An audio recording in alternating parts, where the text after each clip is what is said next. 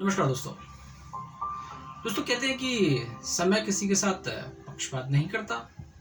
उसकी अपनी नियति और गति है और अनादिकाल से ऐसा समझा जाता है कि परिस्थिति के अनुरूप, देश काल के अनुरूप समय संवाद भी करता रहा है, चाहे वो कृष्ण और अर्जुन के बीच हो, या फिर कृष्ण और कर्ण के बीच हो, या फिर वो युधिष्ठिर और यक्ष की प्रश्नोत्तरी हो, या फिर यूं कहें कि बुद्ध का गमन हो, या फिर यूं कहें कि महावीर का आंतरिक और सर्व से संवाद हो।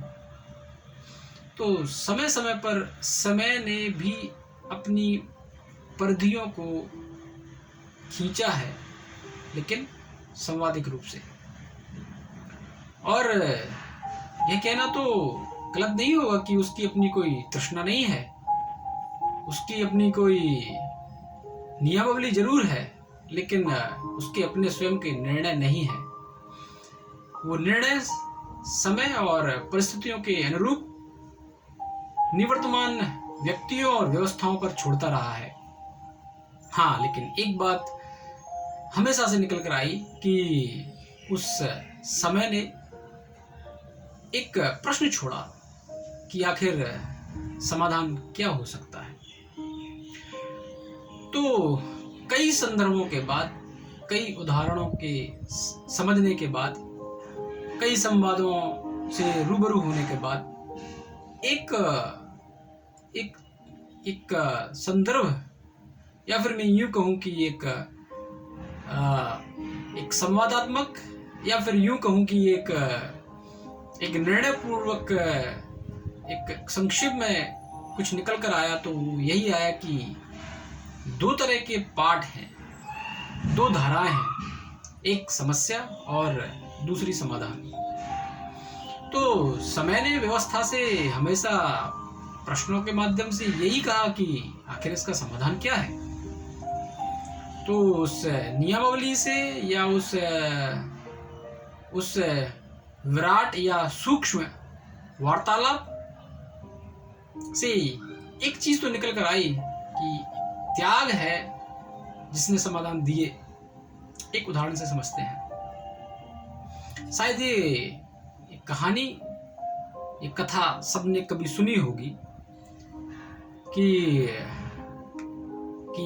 जब कभी भी संतों पर, ऋषियों पर या समाज पर, जनता पर जब भी कष्ट आए तो कोई ना कोई उस परिवेश से निकल कर आता है और वो त्याग करता है, त्याग की भावना पैदा करता है और त्याग के लिए कदम आगे बढ़ाता है। दधीचि ऋषि की कहानी शायद सबने सुनी होगी कि जब राक्षस समुदाय का बहुत आक्रामक रूप निकल कर आने लगा, बहुत आक्रामक व्यवहार देखने को मिलने लगा और कई संतों ने अपनी जान गंवाई और नरसंहार लगातार चल ही रहा था। तो संत और ऋषि जब भगवान के पास जाते हैं और कहते हैं कि इसका कुछ समाधान तो होगा, तो समाधान यही सुझाया गया कि एक ऋषि है दधीचि और वो सिर्फ और सिर्फ एक गाय सेवा में अपना जीवन गुजार रहे हैं, किसी कुटिया में रहते हैं। उनकी हड्डियों से एक शस्त्र बनेगा जो राक्षस का संहार करेगा और फिर सबकी जान बचेगी, सबका कल्याण होगा। तो गाय का संदर्भ सिर्फ इतना मत समझिए कि सिर्फ किसी जीव के बारे में बात हो रही। गाय का मतलब एक सहजता और सरलता से भी है। यहाँ ऋषिगण, समुदाय, जनता, जनार्दन जुड़कर दधीचि ऋषि के पास जाते हैं और विनयपूर्ण आग्रह करते हैं कि हमारा जीवन खतरे में है, हमारी मृत्यु कभी भी आ सकती है, आप यदि अपनी हड्डियां दान देंगे तो हमारा जीवन बच सकता है। तो दधीचि मुस्कुराए कि मुझे खुशी होगी, मुझे बहुत आनंद होगा यदि मैं मेरे शरीर के किसी अंग से एक संपूर्ण समाज और एक व्यवस्था और चेतनाएं बच सकती हैं, लोगों के प्राण बच सकते हैं तो मैं खुशी खुशी देने के लिए तैयार हूँ। और फिर वो बाहर अपनी कुटिया से निकल कर बैठ जाते हैं और पूरे शरीर पर नमक डाल लेते हैं ताकि उनकी जो गाय थी वो उनको चाटती है।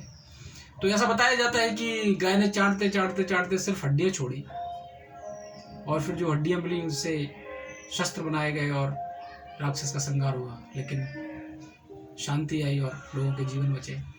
तो आज हम जिस दौर से गुजर रहे हैं, दधीची ऋषि तो शायद नहीं है, लेकिन यदि हम सबके अंदर 1% भी वो दधीची तत्व जागृत हो जाए, त्याग की भावना, लोगों के लिए, इन प्राणों की रक्षा के लिए, लोगों के कल्याण के लिए, लोगों के जीवन बचाने के लिए, अगर हम इतनी सी भी अंगुली अगर अपनी उठा देते हैं मदद की, सहायता की, तो हम इस विकराल समस्या से जूझने में कहीं ना कहीं बहुत मजबूत किरदार नजर आ सकते हैं। आज जब त्राईमाम है और लोग सिर्फ और सिर्फ स्वयं तक सीमित होकर देख रहे हैं, तो ये ठीक नहीं है, क्योंकि ये आग की लपटें कभी ना कभी आपकी चौखट पर भी पहुंच सकती हैं। जो संहार हम अपने आसपास देख रहे हैं वो कभी ना कभी आपके दरवाजे पर भी नॉक कर सकता है। और फिर यूं कहे कि हम ही हम हैं तो क्या हम हैं, तुम ही तुम हो तो क्या तुम हो। लेकिन जरूरत है कि हम सब मिलकर लड़ें और त्याग करें और सिर्फ एक भाव से काम करें कि हमें लोगों के जीवन बचाने हैं, बस। बाकी जो कुछ होगा, धन अर्जन होगा, व्यवस्थाएं बनानी होंगी, लाभ फायदे नुकसान देखने होंगे, वो हम बाद में भी देख सकते हैं। तो मेरा सभी से आग्रह है कि आप जहाँ भी हैं, जैसे भी हैं, इस विपदा में जनमानस की, लोगों की, जिनको विपत्तियाँ हैं, जिन पर कष्ट है, जो बहुत समस्या से जूझ रहे हैं, जो बीमार हैं, जिनको दवाइयों की, अस्पताल की, ऑक्सीजन की, बेड की, खाने की या फिर भावनात्मक सहयोग की आवश्यकता है, मदद करिए। शारीरिक रूप से दूर रहिए, लेकिन भावनात्मक रूप से, व्यावहारिक रूप से एक दूसरे का हाथ थामे रहिए, क्योंकि यदि हम ऐसा करने में आज संभव होते हैं तो हम आने वाले कुछ दिनों में, कुछ महीनों में इस समस्या से निजात पाने में सफल होंगे। बस जुड़े रहिए और एक दूसरे के साथ कंधे से कंधा मिलाकर इस बीमारी से, इस महामारी से लड़ने में सहयोग दीजिए। बहुत बहुत शुक्रिया। नमस्कार।